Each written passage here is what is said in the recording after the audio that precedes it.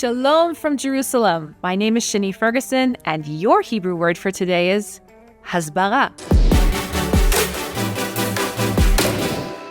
If you've ever studied the evolution of languages, you'll find that words sometimes evolve out of situations, and slang can develop from the strangest trends. While in modern times, with a constant flow of international communication, it seems we invent a new iconic word every other day. In ancient times, the evolution of words and their meanings often occurred over hundreds of years, as it took time for a Hebrew word to trickle into towns, villages, and exiled tribes. While in the modern Hebrew, words from the root savar, samech, bet, resh, are quite common, it seems the origin of these words are actually derived from Aramaic, as we only find one related word in the entire Hebrew Bible, in the book of Daniel, in the part that was written in Aramaic. HASBARA in our modern language seems to be a consensus of several words from the same root. Savar means to conclude something logically, savir means reasonable, and the word hesber in modern Hebrew literally means explanation. That is where the word HASBARA comes in.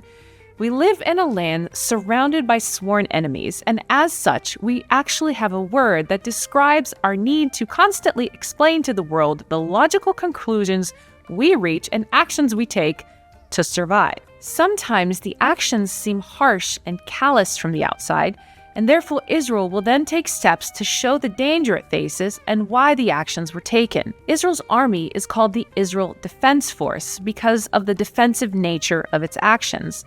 And HASBARA is essentially Israel's defense against the psychological warfare that is always waged on the international community against Israel in every round of conflict. There are two challenges in the world of HASBARA: facts and numbers. In the Israeli mind, HASBARA is limited to giving factual information, explaining the situation on the ground to the best of one's knowledge and ability, which makes it hard for us to compete against terrorists who have no moral compass and who will present entirely made-up emotional scenarios. After all, anyone depraved enough to torture and kill children and babies has no problem lying about anything. In terms of numbers, we are limited by the amount of people sharing our experiences. After all, there are only some 15 million Jews in the entire world, versus hundreds of millions of Arabs and Muslims. But that's where you come in, because the fight against Israel is never against simply a people group. It's the fight over the freedom to worship the God of Israel anywhere in his land of promise. So you understand?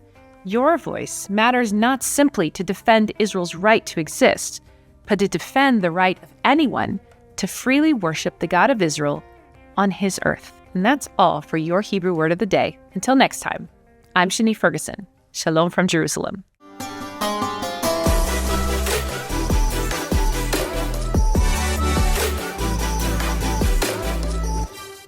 Do you want to know more about the land of Israel, its people, its history, the modern state of Israel, the situation that's happening with Gaza, the Palestinians, and much, much more? Then subscribe to our channel right now to learn about all these things, and you'll get some special bonuses. Subscribe now.